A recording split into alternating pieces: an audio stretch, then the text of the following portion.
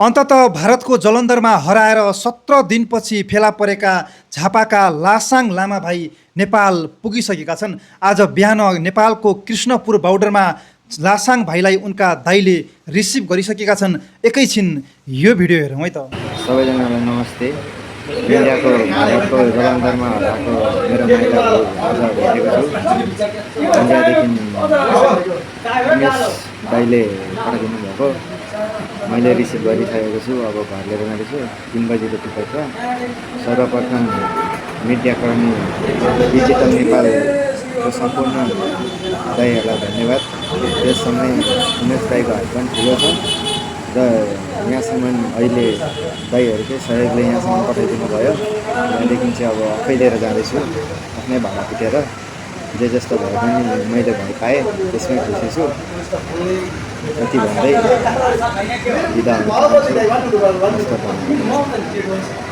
भन् तपाईँ म पनि खुसी छु। दाजु आएको छ लिनुलाई। घर जान्छै छैन, पढ्छस् कि अब के गर्छ? काम गर्छु। घरमा गएर अब त भाग्दैनस् नि? लाग्दैन। भारतको जलन्धरमा लासाङ लामा भाइलाई खोजी कार्यमा सहयोग गर्नुहुने सम्पूर्णलाई विशेष धन्यवाद दिन चाहन्छु र विशेष गरी त धन्यवाद दिन चाहन्छु एउटा झापाको मान्छेलाई हामीले भारतको जलन्धरमा यसरी खोजी कार्य गरेर उद्धार गरेर नेपाल पठाउन पाएकोमा एकदमै हामी गर्व महसुस गरेका छौँ हामीले, र विशेष धन्यवाद दिन चाहन्छौँ। यो हामीलाई खोजी कार्यमा हामीलाई सूचना दिनुहुने, भाइ हराएको खबर दिनुहुने भाइको अङ्कल आन्टीलाई विशेष धन्यवाद दिन चाहन्छु। र यसै गरी भारतको जलन्धरमा भाइलाई भेटाउनुहुने गोपाल परदेशीज्यू लगायत सम्पूर्ण उहाँको टिमलाई, यसै गरी हामीलाई जलन्धरमा जीवन घरतीज्यूले पनि विशेष हामीलाई सहयोग गर्नुभएको थियो, उहाँलाई पनि विशेष धन्यवाद। र यसै गरी भाइको खोजी कार्यमा अवरात्र खटिनुभएका समाजसेवी विकास साउद, सामाजिक व्यक्तित्व युवराज बराइली लगायत सम्पूर्ण डिजिटल नेपालको टिमलाई विशेष धन्यवाद दिन चाहन्छु। म डिजिटल नेपालको सञ्चालक सुरज बलायरको तर्फबाट अन्ततः भारतको जलन्धरमा 17 दिनदेखि हराएका लासाङ भाइलाई हामीले भारतमा खोजेर